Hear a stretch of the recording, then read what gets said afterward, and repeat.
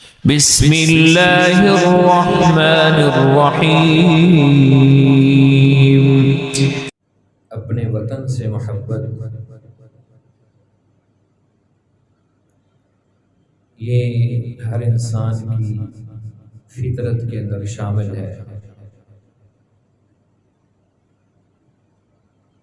जिस जगह के ऊपर कोई रहता है, जिस मुल्क के अंदर, जिस सूबे के अंदर, जिस शहर के अंदर, उसके साथ उसको बड़ी उल्फत होती है, मोहब्बत होती है।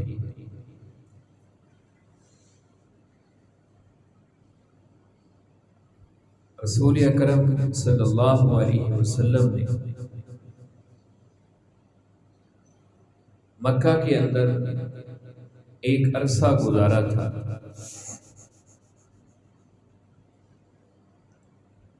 आप सल्लल्लाहु अलैहि वसल्लम जब मक्के को छोड़ रहे थे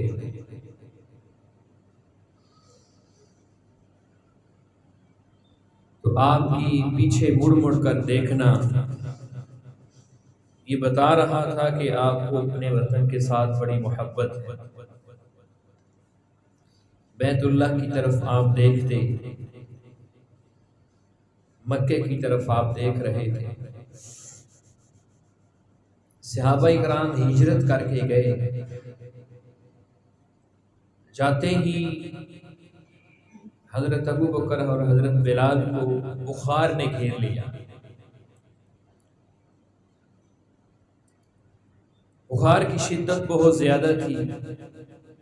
फिर वतन की याद आई, अगरचे हिजरत करके आ गए थे,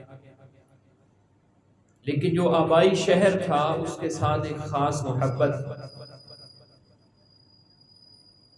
अशार पढ़ने लगे कि काश कोई एक रात ऐसी नसीब हो कि हम जाकर मक्के के अंदर गुजारें। नबी सल्लल्लाहु अलैहि वसल्लम ने अपने सहाबा की बेचैनी देखी, परेशानी देखी। आप सल्लल्लाहु अलैहि वसल्लम ने अपने हाथों को उठाया और आपने दुआ फरमाई, अल्लाहुम्मा हब्बिब इलैनल मदीना, या अल्लाह जिस तरह तूने मक्के की मोहब्बत हमारे दिलों के अंदर डाल दी, इसी तरह मदीने की मोहब्बत भी हमारे दिलों के अंदर डाल दी। मेरे सहाबा का दिल लगा दे मदीने के अंदर।